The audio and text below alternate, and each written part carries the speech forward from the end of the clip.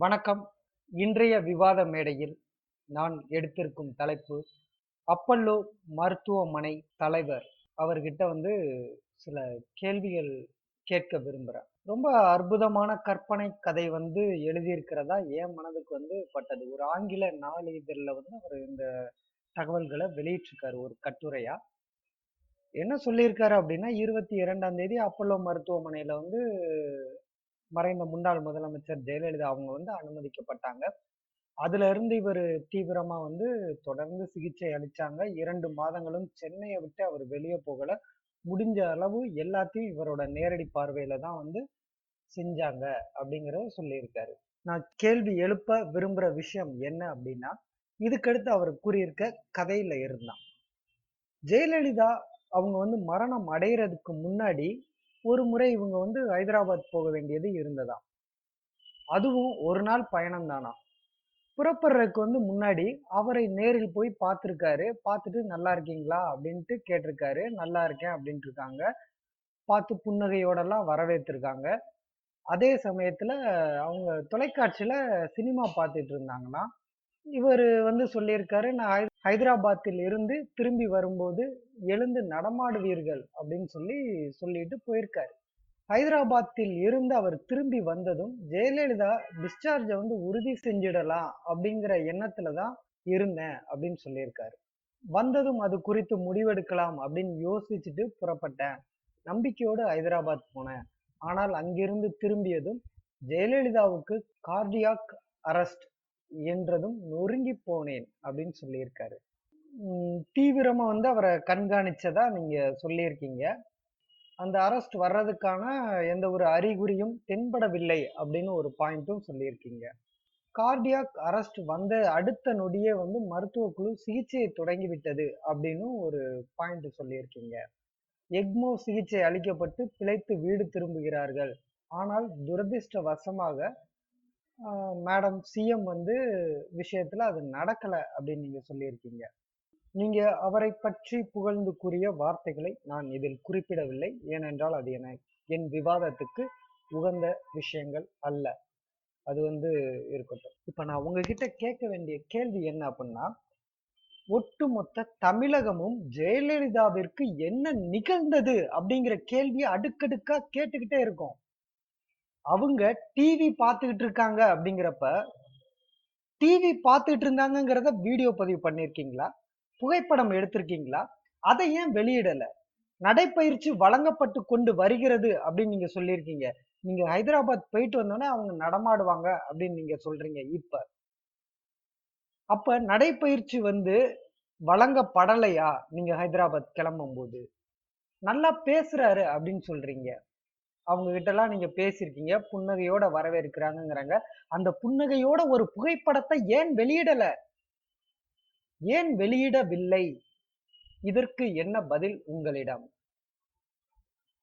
அதுக்கப்புறம் cardiac arrest வந்ததுக்கு அப்புறம் அடுத்த நிமிடமே நீங்க சிகிச்சை ஆரம்பிச்சதா சொல்லியிருக்கீங்க. ஆனா மருத்துவமனையில உங்களது மருத்துவர்கள் மூலம் இருந்து வெளிவந்த தகவலின்படி சுமார் 10 இருந்து 15 நிமிடங்கள் அந்த அறைக்குள் யாரும் செல்லவில்லை என்பதுதான். மேலும் உங்கள் மருத்துவமனையில் முதலமைச்சர் ஜெயலலிதா அவர்கள் அனுமதிக்கப்படும்போது மருத்துவ குறிப்பேட்டில் என்ன எழுதி இருக்கிறீர்கள் என்றால், மயக்க நிலையில் அவர் சுயநினைவு இன்றி அனுமதிக்கப்பட்டார். அனுமதிக்கப்படும்போது உங்களது குறிப்பில் எழுதியது அவர் கீழே விழுந்து உள்ளார் என்று உங்கள் குறிப்பில் இருக்கிறதாகவும் உங்கள் நிர்வாகத்தை சேர்ந்த மருத்துவர்கள் மூலம்தான் தகவல் வெளியாகி உள்ளது. இதைத் தவிர நீங்க அந்த மரணம் அடைந்த நாள் 5ஆம் தேதி இரவு 11:30 அப்படின்ட்டு நீங்க தெரிவிக்கிறீங்க. ஆனா கார்டியாக் அரெஸ்ட் அப்படின்ட்டு நீங்க அறிக்கை குடுக்கிற நேரத்திலேயே முதலமைச்சர் ஜெயலலிதா உயிருடன் இல்லை அப்படின்னு சொல்றாங்க. முதலமைச்சர் ஜெயலலிதாவுக்கு நீங்க நடைப்பயிற்சி குடுத்ததா நல்ல ஒரு கதை சொல்லியிருக்கீங்க. அற்புதமா. ஆனா நடைப்பயிற்சி குடுக்கல அப்படிங்கிறது நீங்க சொன்ன விஷயங்கள்ல இருந்தே புரிய வருது. அதுக்கப்புறம் பாத்தீங்கன்னா, டிவி பார்க்கிற அளவுக்கு ஒரு நோயாளி நலமுடன் இருக்கிறார் என்றால், அவரின் புகைப்படத்தையும், குரல் பதிவையும் வீடியோ பதிவையும் வெளியிடவில்லை ஏன்? இதற்கு நீங்கள் பதில் சொல்லுங்கள். இங்க இருக்கிறவங்க யாரும் முட்டாள் கிடையாது. நீங்க சொல்றதெல்லாம் நம்பிக்கிட்டு அப்படியே போறதுக்கு. நீங்க கிளம்பும்போது தொலைக்காட்சியில் சினிமா பார்த்து கொண்டு இருந்தார் அப்படின்னு சொன்னீங்க. அது என்ன சினிமான்னு சொல்லல. அது என்ன படம்னு சொல்லுங்க. அப்ப என்ன சேனல் பார்த்துட்டு இருந்தாங்கன்னு நாங்க புரிஞ்சுக்குவோம். என்ன ஒரு கேவலமா இருக்கு. இந்த ஒரு முதலமைச்சருங்க. ஒரு முதலமைச்சர் உங்களோட மருத்துவமனையில சிகிச்சைக்காக அனுமதிக்கப்பட்டு 74 நாட்கள் மர்மமான முறையில் வைத்து நீங்க வந்து வெறும் பிரேதத்த வந்து அனுப்பிச்சு வச்சிருக்கீங்க. அந்த பிரேதம் வந்து வெளிய போறது கூட எப்படி வெளியேறுனதுன்னு கூட தெரியாம, கண்லயே காட்டாம ஆம்புலன்ஸ் வெளிய வர்றது தான் எல்லாருக்குமே தெரிஞ்சது. அவங்க எந்த நிலையில இருந்தாங்க, என்ன ஏது எதுவுமே தெரியல. அந்த மாதிரி ஒரு நிலையில வச்சு அனுப்புறீங்க கார்டனுக்கு. அதாவது உங்கள் மருத்துவமனை நிர்வாகத்திடம் நியாயம் இருக்கும் என்றால், நீங்கள் முதலமைச்சர் ஜெயலலிதாவை உங்களது மருத்துவமனையில் அனுமதிக்கும்போது இருந்த சிசிடிவி பதிவை வெளியிட முடியுமா? நீங்கள் சாதாரண வார்டுக்கு ஜெயலலிதா மாற்றப்பட்டார் என்று வெளியிட்ட செய்தி உறுதி என்றால், நீங்கள் சாதாரண வார்டு என்று 2வது மாடியில் எங்கு உள்ளது? எந்த அறையில் அவர் இருந்தார் என்று குறிப்பிட முடியுமா?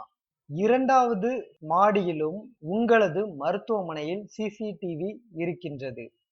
2வது மாடியில் கிரிட்டிக்கல் கேர் யூனிட்டில் இருந்த ஜெயலலிதாவை நலமுடன் நீங்கள் சாதாரண வார்டுக்கு மாற்றிய சிசிடிவி பதிவை தர முடியுமா? மறைந்த முன்னாள் முதலமைச்சர் ஜெயலலிதா தொலைக்காட்சியில் சினிமா பார்த்து கொண்டு இருந்தார் என்றால், அவருடன் நீங்கள் எடுத்துக்கொண்ட புகைப்படத்தை வெளியிட முடியுமா? அவரிடம் நீங்கள் ஹைதராபாத்தில் இருந்து நான் திரும்பி வரும்போது நீங்கள் எழுந்து நடமாடுவீர்கள் என்று கூறினீர்களே, அந்த உரையாடலின் போது எடுக்கப்பட்ட புகைப்படத்தை வெளியிட முடியுமா? சாதாரண வார்டுக்கு இவர் மாற்றப்பட்ட பிறகு யார் யார் அவரை சந்தித்து உள்ளார்கள் என்பதை எங்களுக்கு விளக்க முடியுமா? இந்த கேள்விகள் அனைத்திற்கும் பதில் சொல்லுங்கள். திட்டமிட்டு நீங்கள் நடத்திய நாடகம் இது என்பது எங்களுக்கு உறுதியாக புரிகிறது.